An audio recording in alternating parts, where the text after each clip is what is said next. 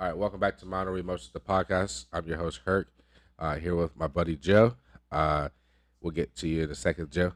But if you haven't already, if you follow the podcast, go ahead and hit the like button, hit the subscribe button. And if you haven't already, head on over to Instagram. Give us a follow on Instagram at Minor Emotions _ VDP. And then if you haven't followed us on TikTok as well, go ahead and follow us on TikTok at Minor Emotions, the podcast. And for those of you guys who want some of the apparel, or you just want to come on and share your story, I'd be glad to have you on here to share your story, sit down and talk to you, and be an ear to listen. Go ahead and shoot us an email at mindoremotions@gmail.com, and we'll get you scheduled, and we'll get you set up to get your apparel, okay?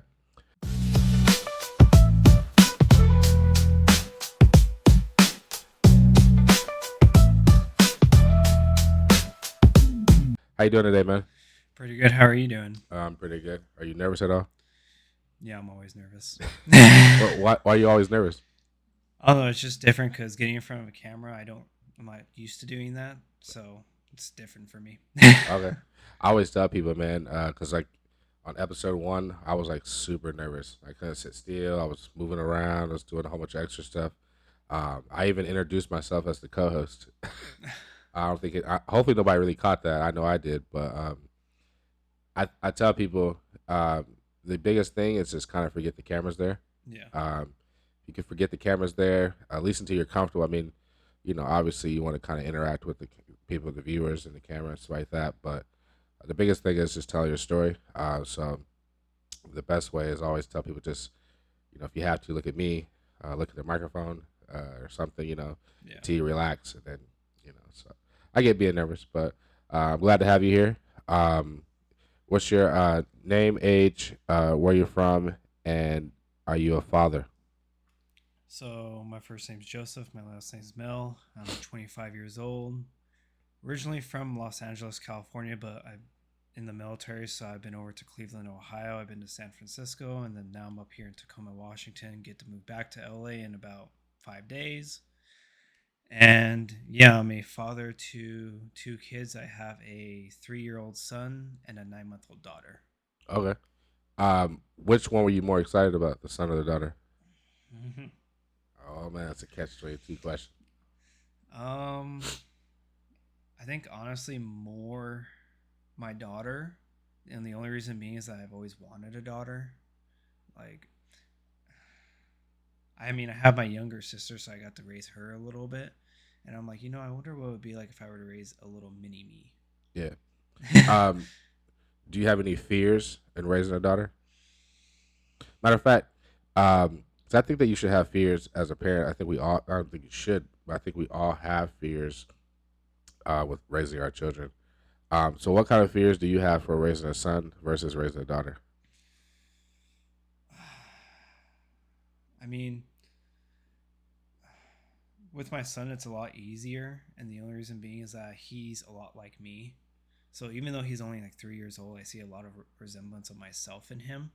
So I know how to react to him when he's having like certain like temper tantrums, or if he's just acting a certain way.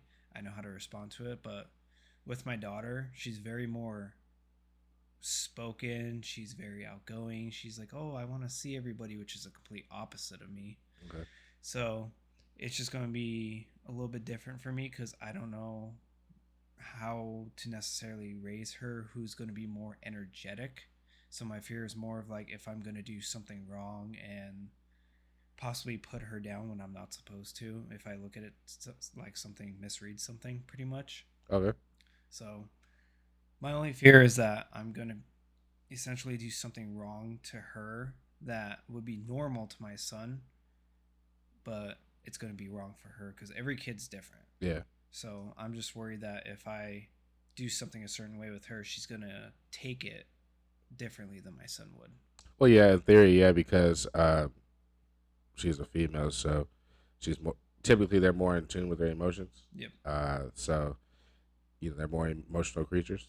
Yeah. So like sometimes that's why, and not always. I'm not saying all are, but for the most part, that's why like if you raise your voice at your daughter, you get more of a reaction from her. Yep. You know, whether it's her crying or whether it's just her doing what you asked her to do, or her being upset. Yeah.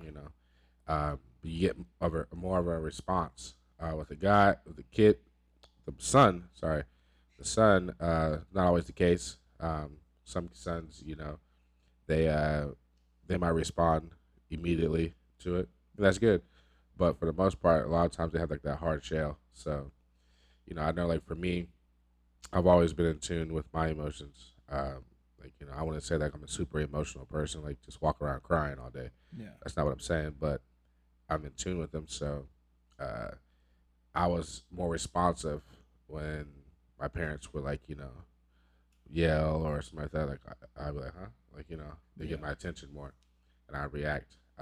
Plus, I mean, what kid wants an ass whooping? Yeah, that's true. So how was growing up in LA for you? uh, it was, it was fine.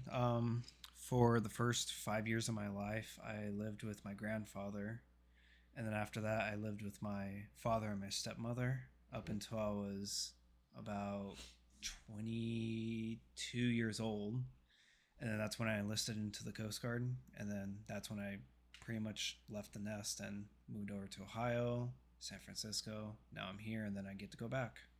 What made you choose the Coast Guard versus the Army, the Marines, Navy, Air Force? Honestly, it was just a more of an underrated branch. Not a lot of people heard about them, and the biggest thing about their mission is that they're all about search and rescue.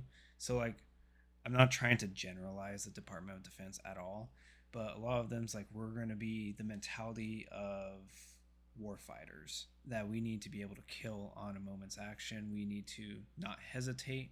Versus the Coast Guard's more of like, well, yes, we do have to be war fighters, but at the end of the day, we're here to protect the people, and our main objective is search and rescue. Okay. So with everything going on in the world right now, with the conflict between the U.S. and Iran currently, how how would that affect the Coast Guard Um, in so your opinion? How would that affect the Coast Guard? in my opinion, I don't think it's going to affect anything, and the reason being is that with the Coast Guard, a lot of our ships, so cutters, are mainly built from like the Vietnam era. So we have very, very old warships that are just painted up right now. And all we have really is like 50 caliber guns on the ships. So the only thing that we could probably do is really escort vessels. But if we're gonna go like toe to toe with the actual like destroyer, we're gonna get smoked.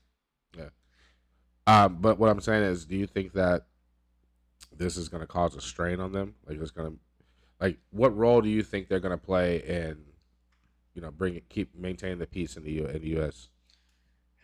with everything that's going on? Um, I mean, it doesn't really change anything because at the end of the day, even though we would fall under the Department of Defense if we did go to war, we would fall under the Navy. A lot of what we do is we would still be doing like search and rescue operations, which is the same thing we're doing right now. The only thing that I could probably see different is now with like international conflict, we would probably work closer with like customs and border patrol going around to like around Mexico and Canada to make sure that like there's no foreign adversaries coming over. So at no point would you guys get called to duty to like work hand like side by side with like the Navy? I mean, we possibly could, but it'd be like I said, it'd be more for like escorts because we already do escorts with the submarines up here in Bremerton. Okay. So when they go underway, we escort them out, and then once they submerge, then we turn back around. But if we were to really be deployed to the Middle East side by side with like the Navy, only thing that we can really do is pretty much escorts, and then we can do boardings with them. That's the good thing about like the Coast Guard versus like all the other branches that we fall under Homeland Security. So we can go on to other vessels, and it's not considered an act of war.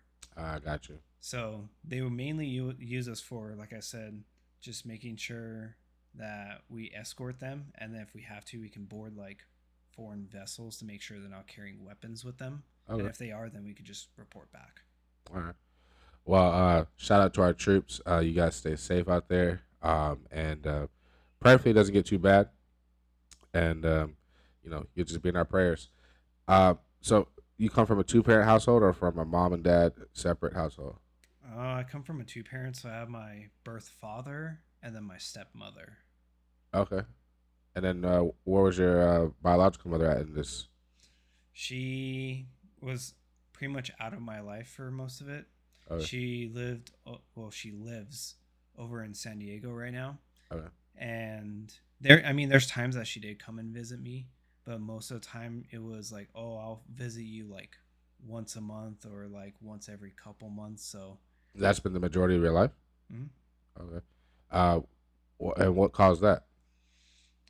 It was more of, so when I was born, both my parents were in jail, Okay.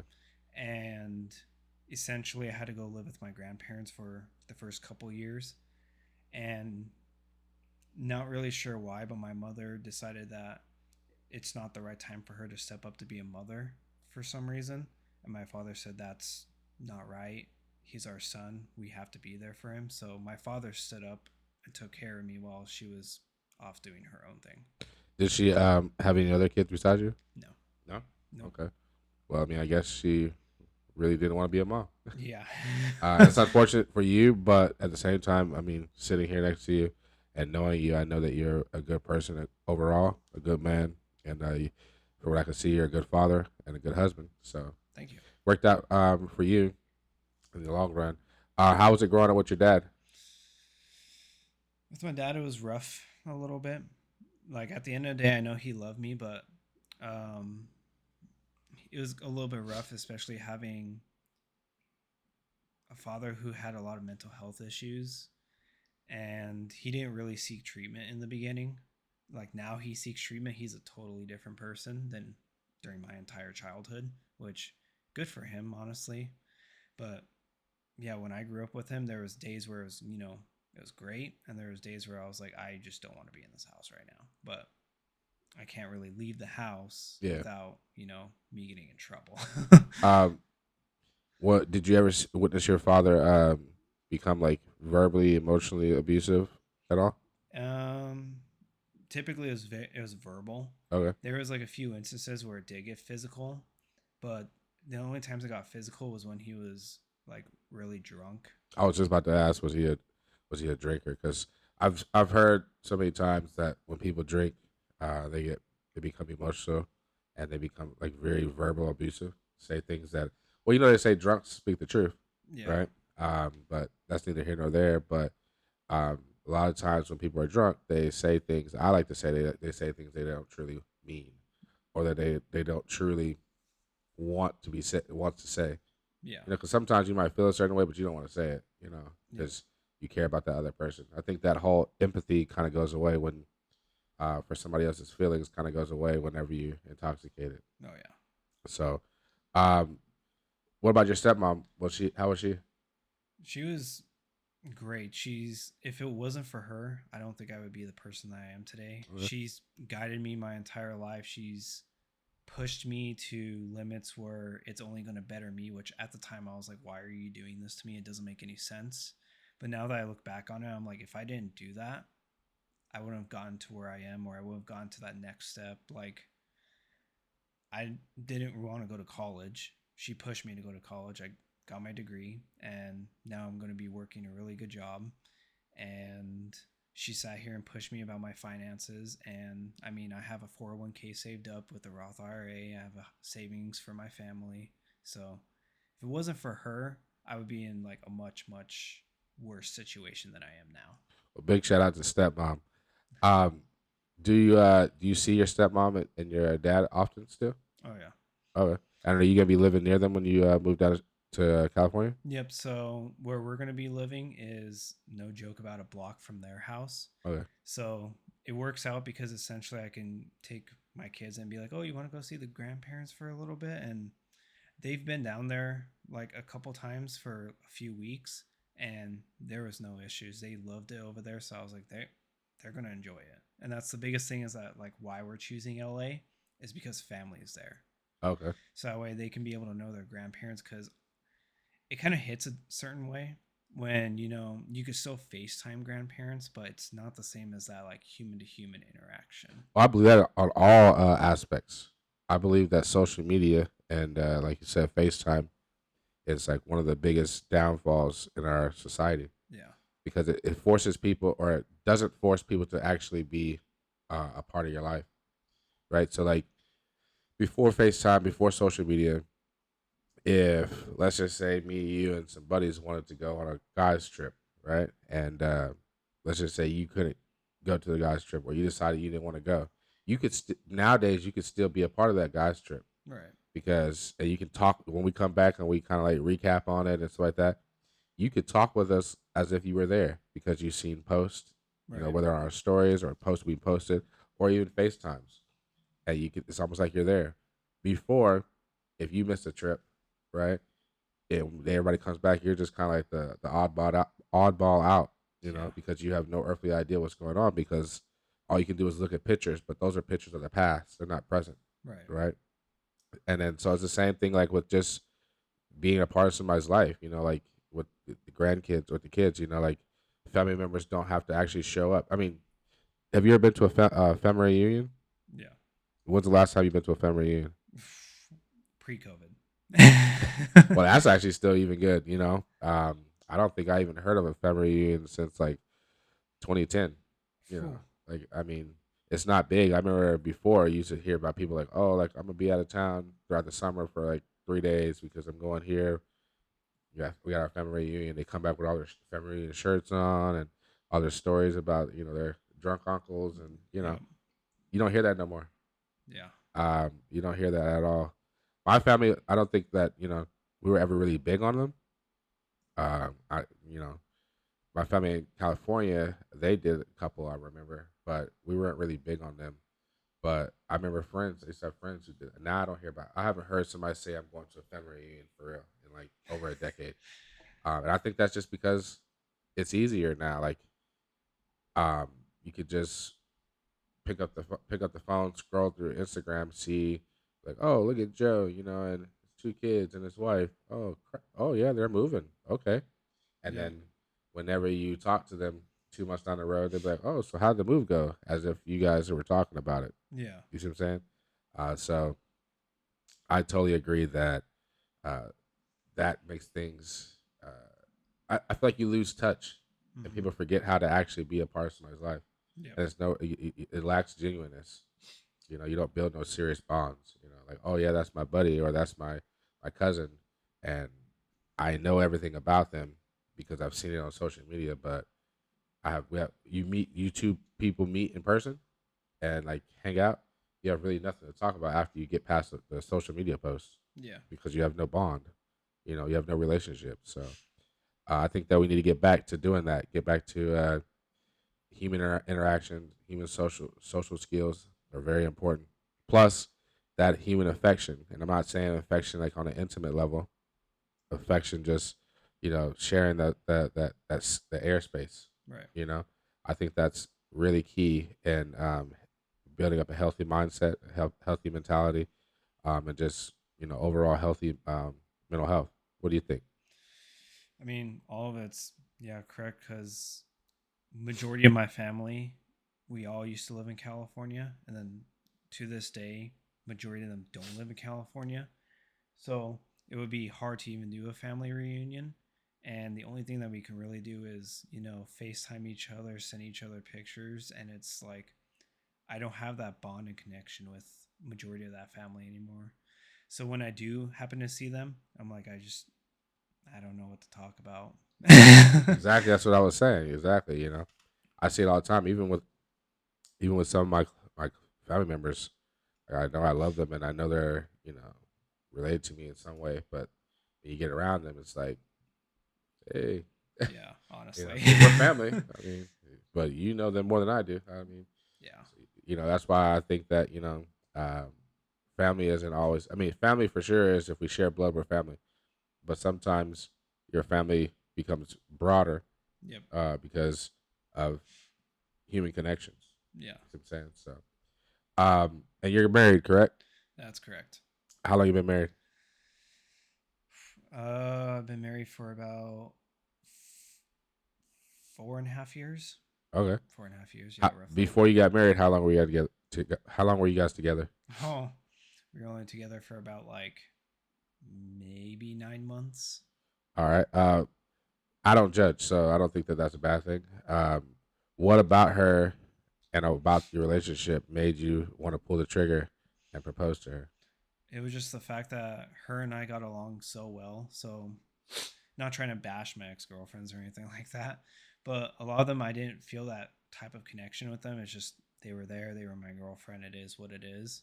But with her, it's like I can actually, relax myself. I can actually show who I am, and that kind of goes back to like the stigma with like men's mental health and stuff like that, where it's like if I know that you said you're in tune with your emotions. I believe I'm also in tune with my emotions, but I'm not, mastered it.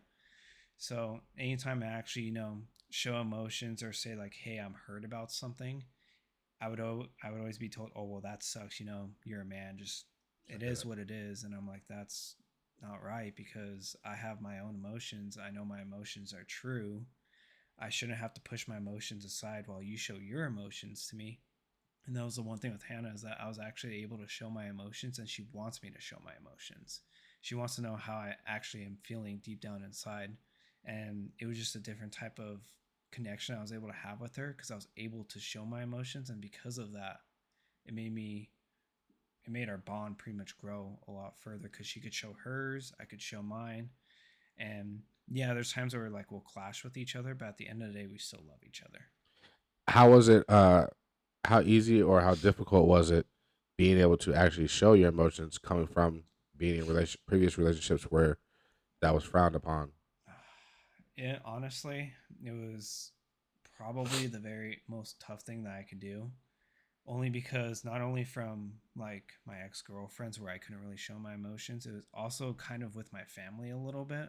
Okay. So my father really never showed his emotions. He was always stone faced all the time. So you couldn't really tell like what he was thinking. And anytime that I showed my emotion, he would just push it aside or push me down and go, you shouldn't have to feel like that. Yeah. There's no reason to feel like that. And I'm like, well, I still feel like that. Like, I still have a feeling towards, whatever is going on.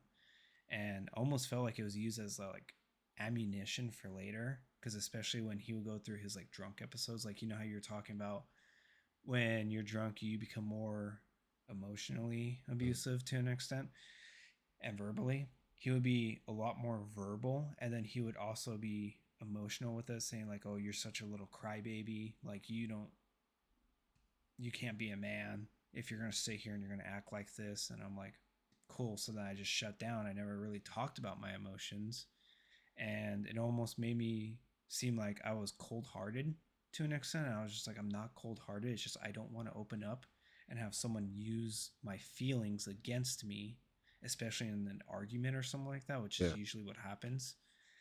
And it would just make me shut down. So with her, where she was like, "You can open up to me," I was like, I'll test the waters a little bit. And then I've realized that she shows her emotions with me. So I was like, if she's showing her emotions, then it's only right for me to show my emotions as well. Because it doesn't make sense for me to be stone faced about it or like Yeah. give a cold shoulder about it. So I started to give off more and more of my emotions. And I realized that she would actually listen to what I have to say and almost in a sense validate my feelings. Like, I understand why you're feeling like that. And then turns into like active listening mode where she would be like, "Why do you feel like that? What could be the root cause of it? How is this affecting you? How is this affecting, your relationship with whatever is going on?" So in the beginning, it was very, very, very hard for me, but now it's easy because I can just say what I want and my feelings will feel validated instead of just sitting here and be told, "Oh, be quiet. It doesn't matter." Yeah. As somebody who's been married for 4 years, right? How important do you think that it is for both parties, male and female, in a relationship, um, to be able to have a space within that relationship to express their emotions? Honestly, I would probably say it's like the most important because if you two can't on talk to each other honestly, then it's just going to be filled with lies. Everything's going to feel like a lie, and then when that truth actually does come out, like you get drunk or it just comes out during an argument, then it's going to blind eye you. You're not going to expect it. Do And you believe that's why people who are married for a while, they ended up getting divorced and they say that they grew apart? um, I mean, it could for Well, what I mean by that is because, like you said, it's all built on a lie, right? yeah, So if you don't have the space to be you, to express how you truly feel, and you're not able to express with the person who you decided to you're supposed to be spending the rest of your life with, um, then subconsciously you're going to either one, you're going to hold it all in, then you're going to explode, or two, you're going to emotionally cheat and you're going to express it to somebody else yep, outside of that relationship, right? Um, or once you're able to finally express your emotions, then you find out who the person truly is, and then you, in a sense, you grew apart. But no, that's who I truly was. You just didn't let me express it from before. You didn't provide a space for me to do that. And I think I think personally that's very important. But for you, what do you how important do you think that really is? I mean, it's literally the foundation because you have to build that foundation in the relationship based off of truths. If you build it off of lies, then it's just going to be a lie all the way till the end. And then when you actually do find out, like you said, what is truth, then it may make you look at your partner differently. You may go, I don't think this person's right for me. I don't think I'm right for this person. And you just kind of wasted years on this relationship that was just built on lies, which doesn't benefit anybody. If you're still watching this episode, please hit the like button, hit the subscribe button as well. And if you haven't yet, go ahead and head over to Instagram and give us a follow on Instagram at Minority Emotions _ VDP, and on TikTok as well at Minority Emotions the podcast. And for those of you guys who are in relationships or thinking about getting in relationships, as Joe just stated earlier, it is very important to provide a space, whether that relationship is platonic, intimate, or whatever the case may be. Just make sure that you provide a space for that other party to be able to be vulnerable first and be able to freely express who they truly are. Um, and also that is being afforded to you as well on the opposite side, because built up emotions are going to lead to bad decisions, going to lead to explosiveness. And just like the title of this podcast, Mind Your Emotions. Once we learn to make decisions with a sound, clear mind, versus making decisions with our emotions, a lot of times our outcomes are a lot better. Joe, you want to do me a huge favor today? What? You mind spinning my wheel for me? Mind you guys, Joe has not looked at the wheel yet, so he has no idea what's on there. So pretty much we're going to spin the wheel, and then we'll discuss the topic that it lands on, okay? Okay. Looks like you landed on, let's see, emotional and physical abuse. Or you can choose, because it was kind of like on the line, or um, you can choose to do suicidal thoughts, or you can do both. It's up to you. I'll probably do the emotional and physical abuse. Okay. Um, for that, and emotional and physical abuse. So basically, what it's asking you, or it's talking about, is tell us about a time where you experienced emotional and physical abuse. Like, you don't necessarily have to say who it came from unless you want to. It's your story, so you share how you feel. But tell us about a time where you experienced physical or emotional abuse, how it affected you, how you coped with it, and does it affect you still to this day? Um, yeah. I mean, there's multiple instances I can give of, and mainly it comes from my father. So a lot of times when I was really really young, like between 5 to 10 years old, my father would be very verbally abusive after he drinks, which drank pretty much every night. But there was one particular instance where he, had a few beers and he came out and he had a full on rant session with me. And I know it wasn't intended towards me, like how you said earlier about when you're drunk, you're showing your emotions. And he was showing his emotions, but I could definitely tell he was nitpicking at stuff. And I know that for a fact had nothing to do with me, but he was trying to take that issue and then spin it into how he sees me. So he was trying to take it out on me. And I had a reaction of where sat there and said, I just don't want to hear this. Like, I don't, there's no reason to be yelling at me like this for. And he said, pretty much, how dare you grab me, hit me, and then walked away. And I didn't hear from him from the rest of the night. And then the very next morning, he came back out and he was like, why do you have a mark across your face? And I was like, So he totally forgot all about it. yeah. So I was like, that came from you. And he's like, no, it didn't. I'm like, it did. It matches your handprint. And he's like, no, I never did that. And then just picked up his keys and left to work. Yeah. So it's definitely affected me to this day because if, again, I'm being emotional with someone and I can see that they're getting like kind of physical with me about it, then it almost turns into like a fight or flight mode. So it turns into me going from like showing my emotions to being almost aggressive to an extent. And then that's when I realize, oh, this is, a reaction that I'm having, which is not going to turn out good. It's just going to be a bad thing for both parties, pretty much. So anytime I put into that type of a situation, I just get up and walk away. Because How did you deal with that when you were a kid? Because you said this happened between the ages of like 5 and 10, correct? yeah, So how did that affect you as a kid? And like, how did you cope with that growing up? it affected me as a kid with being not able to show my emotions about anything because it hurt me really deep down because I'd be like, I don't know what I did wrong. Yeah. Like, I'm just a 5-year-old kid who just plays games, goes to school. I don't know what I did. So I never really showed my emotions about it or about anything in general. And I mean, the only way that I really coped with it was pretty much just playing video games and just being distant with everybody, and that was a very negative thing to do.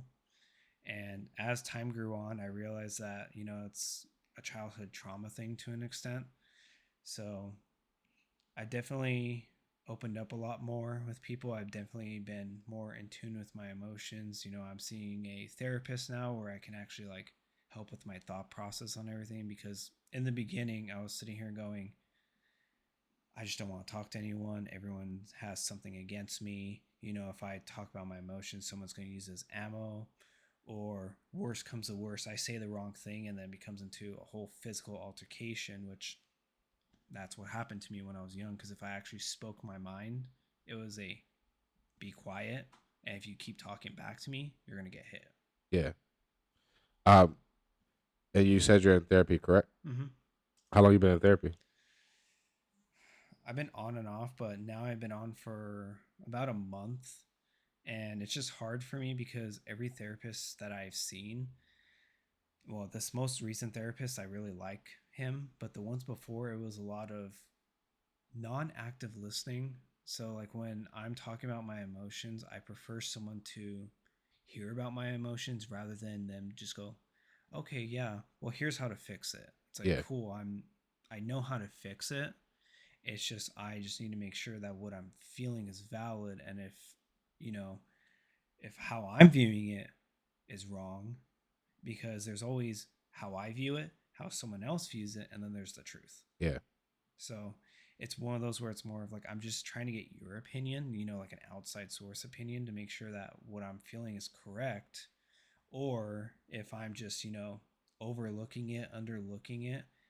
And this most recent therapist, he's really good because he goes, oh, yeah, well, why does it make you feel like that? Like, let's talk about like where do you get this thought process from? Which I was able to explain it, and now they're able to like tailor their talks with me versus like the other therapists. They didn't really tailor their talks. They're just, all right, here's how to fix it, here's how to fix it, here's how to fix it, and I would literally just end the call like 30 minutes in. Yeah. I have mixed opinions on therapy. I've gotten into that a couple times, but I can't really give a good opinion on it, to be honest, because I've never actually sat down with a therapist. Right. Um, and I'm not opposed to it. Not opposed to it. I don't think that, to be honest, I don't really think that I need one right this second.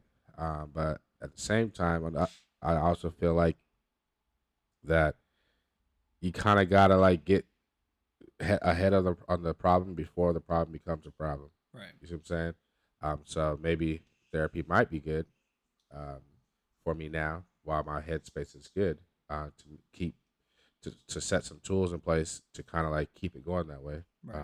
So I'm thinking about looking into it. Um, would you suggest therapy to other people? Yeah, I would suggest it. And it's more of like, yeah, you can get the tools like when you're in the right headspace, but I think it's more of you're able to actually talk with someone. So, for example, like my wife and I have a safe space when we talk with each other. There's some couples out there that don't have that safe space. And it's important and very crucial for someone to actually get a safe space to talk about how they feel and to be able to talk with a therapist about it. You're able to actually express your feelings so that way you're not bottling everything up like you said earlier and you explode. And Do you and your wife go to therapy together? No. well, we don't do couples therapy. She has her own therapist and then I have my own therapist. And I mean, we could be open to couples therapy, but like you said, I don't think we really need it at this time because her and I are pretty open and honest with each other. So it's like, what's the therapist really gonna do? Just sit there and listen. Yeah, kind of wasting money in this day and age. Right. Um, so with all the things that you dealt with from like your father and your mother, um, in a sense, kind of abandoning you. Um, did you ever deal with any kind of like mental health issues when you were younger? Um, honestly, probably a little bit of anxiety when I was younger, just because of I could tell, like with my father when he was drinking and everything, I'd be like, oh, here we go. It's just a matter of time. Like before, if he's not passed out by 10 p.m., it's happening. Do you try to go to sleep first? Yeah, I try to. Um, for those people out there who don't truly know what anxiety is, do you think you could break down what anxiety is, like just in a nutshell? Yeah, I mean, the overall general conception of it is you get anxious, you get nervous about like a situation or a scenario, and it almost makes you like your heart starts racing, your hands start to sweat. But I mean, that's like the general view of it. For me, for my anxiety, like back then it was definitely like that, but my anxiety now, because I still have it, is different in the sense that when I have multiple scenarios going at once that require me to do both things, almost pretty much both things at the same time, then I get anxious and I'm like, well, I got to get this done quick. I got to get this done quick. I got to get this done quick. And then I start making a list in my head of what I got to do. And sometimes I will sit here and make that list and go, well, this is a lot of things to do at once. I just need to focus on something. And then by then, I'm already getting, tunnel vision on something. And like, it feels like the room's spinning to me. And I have people, coming up to me and asking me for things. And it just builds up this energy in me. And it's just, I would consider it to be energy. And the way that I exert that energy, like in the beginning, was very negative because what I would do is I would essentially punch the wall because I didn't know what else to do. So you had to let it out somehow. Yeah. And then now that, I've talked with my wife about it and she's like, hey, like, I can see when you're getting anxious. Um, the way that you're going about it's not the right way. Like, you shouldn't be punching walls because, the kids are going to see that. That's what your dad did. You don't want to do what your dad did. And I was like, okay, yeah, that makes sense. So now I'm going through the stage of, different coping mechanisms that I can do. So I am taking medication right now. But the only thing that the medication really does for me is it gives me like a few seconds to realize what's going on before I hit that point. Oh, So it allows me to go, I'm overwhelmed, I'm overstimulated. Let me just walk away, get myself completely away from the scenario, give myself 5 minutes, and then I'll come back and then I can handle each task one by one by one. would do you think that okay? Would you suggest medicine to other people who might be dealing with anxiety, or would you suggest another coping medicine? I mean mechanism. Sorry. I think it would be more of like another coping mechanism. I mean, there's some people where you have to take medication. It is what it is. But I think a majority of people do not need to take medication. It's just they need to find triggers for them. So, what's going to cause them to have that anxiety and try to avoid that type of a situation? Or if they can avoid that type of situation, then what can they do to, you know, cope with it or the right tool set to be able to, be able to handle that situation better than what is probably going to happen? Okay. And how important do you think having a support system is I mean, when dealing with anxiety? it's it's an immense, like, you need to have that support system. I mean, I know that there's people that don't have that support system, but if you have that support system, it just makes it easier. Yeah.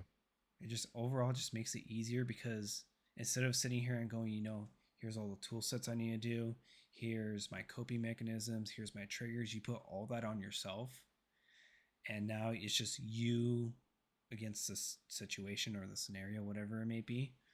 But if you have that support system that can sit here and notice like what your triggers are, and they can try to help you with your coping mechanism and try to pull you away from that situation or whatever the case may be, it just makes it easier because you're not carrying all that weight just by yourself. Yeah, you would think like even like the way that you just described it, you would think that that would cause you even more anxiety Yeah. because now that's a whole other task trying Yeah. to figure out how to maneuver through your emotions and your feelings of nervousness and stuff like that, all on your own while still trying to accomplish the task that caused it in the beginning. Right. So I'm not really familiar with anxiety. I don't think I have anxiety. I think I might just get frustrated. Yeah. But I don't think I really have anxiety. But I know a couple people who have stated they had anxiety, and I know for me, um, I never knew what to do to support them, to be there for them, to help them through it. I just kind of like give them their space because most people who have anxiety, it seems like the anxiety usually turns into anger Yeah. at some point. So I usually just kind of like if they're like, oh, I'm just having anxiety right now or something like that, dealing with some anxiety. I just kind of like let them know, reassure them I'm here for them, and then I just kind of give them their space, keep an eye on them, type thing, check on them and stuff like that. So if you know anybody out there who does have anxiety, make sure you are doing your part to be a support system to them. But make sure you also reach out to them first and ask them how you can support them, because I think the support for each person is going to look a little different. So we're not here to tell you this is how you have to do it. This is how you have to support them. But I guess more or less we're just telling you that you need to support them. But again, make sure you are checking with them and figuring out what you can do to be there for them in advance. So that way, when the situation arises, you can be that support for them because we all need somebody. Um, hey, man, what do you think about the podcast? Oh, I love it. You love it? Yeah. Have you watched any of the previous episodes? I've watched a few of the episodes, and I just like the fact that you're able to sit down and actually talk about like mental health and stuff like that, and be able to see people actually talk about like the things that they're going on, because it's kind of insane to think about, like, if everyone's going through something, like everyone that you see is going to go through something, because it's weird when you're out and about, you don't think about that, but every person's dealing with something. And even though they may look, calm and cool on the outside, deep down they're probably, dealing with something. Yeah. Well, I appreciate it, man. I appreciate you coming on, sharing your story. I know that you're moving on Friday, but I would love to have you back on. Obviously, it'll probably have to be a virtual one unless myself or you is up for a travel. But for sure, we'd love to have you back on, man. I appreciate your service. I appreciate you being a good example to other men out there about how, that one, you can be in a relationship and be happy and be successful. I think a lot of relationships these days, a lot of people have a messed up outlook on relationship.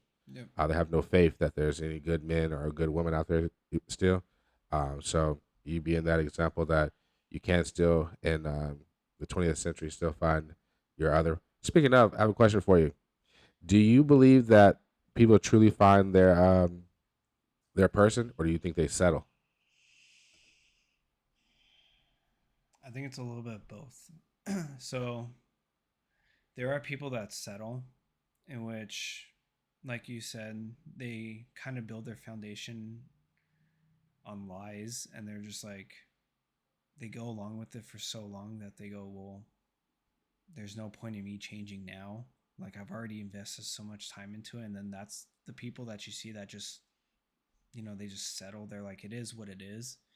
But there's like, those handful of people that actually find, their true loves, which are the people that actually, lift them up and listen to them, and essentially is, in essence, a partner.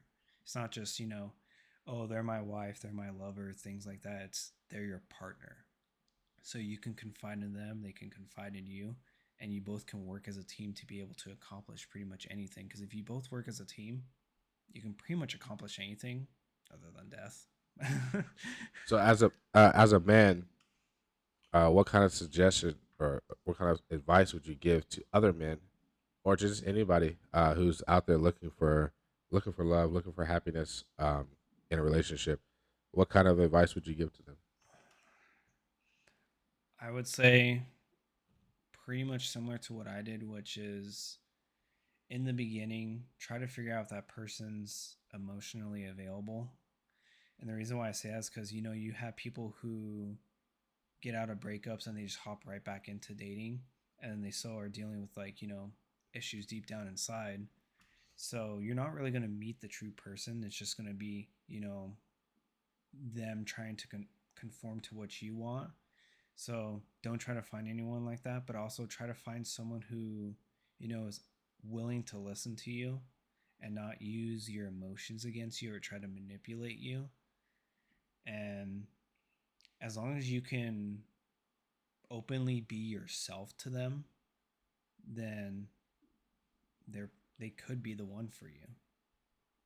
I totally agree, man. I'm not married yet, um, but that's pretty much what I do. Is I try to make sure that the person that I'm, talking to, um, make sure that one, like you said, that they're emotionally available. Two, that they understand the premise of what a relationship actually is. A lot of people have it really kind of messed up about how they view a relationship, and I think that it's flawed because, like you said, most people are coming out of like bad breakups, bad experiences, and instead of taking those bad experiences and treating them as learning lessons in a positive way, a lot of times they project that onto everybody else. Yep. You know what I mean? Like they'll say like because they had a couple guys who were did them dirty, right? Yep. Um, let's just speak on that. Like they'll say like, oh, all men are bad, right? Or because you had a woman who didn't cook, or whatever her flaw was that she didn't do. Now all women are bad. Well, you didn't date all women. Right. You didn't date all men, so you can't say that for a consensus that all of us are bad. But what you should do is just take the things that went wrong in the relationship, figure out first where you went wrong, right? Where you made a mistake, which you could have done better, and then you obviously know where you see where your partner went wrong. And just use that as you know one red flag warnings. Uh, Two, use them as tools to make you better in your next relationship, right? Don't use them as bricks to build up a wall, against your blessing, because you're probably gonna block away your blessing by building up walls from somebody who was not meant for you. Right. You see what I'm saying? So, but man, I do from the bottom of my heart, I appreciate you, man. I appreciate you coming on, sharing your story. Uh, I know we didn't get into your entire story, but I feel honored to have met you, to have this conversation with you, and to be able to call you my friend, call you my brother, man. And safe travels to you on the road. And give a big shout out to your wife and kids because I know they're probably watching. I know them. Yeah, I was gonna say shout out to my wife Hannah Mel, and then shout out to my son Becca Mel and my daughter Luna Mel. All right, man. If you guys haven't already, go ahead and follow us on all platforms at Minority Emotions _ VDP is Instagram, at Minority Emotions, the podcast is TikTok, and you're probably streaming this already on YouTube. So go ahead and hit that subscribe button, hit that like button, and share this episode to any of your friends, families, loved ones, your social media platforms, and let's just keep talking about our lives, our stories, and getting our mental health in check. You guys be blessed. We're out.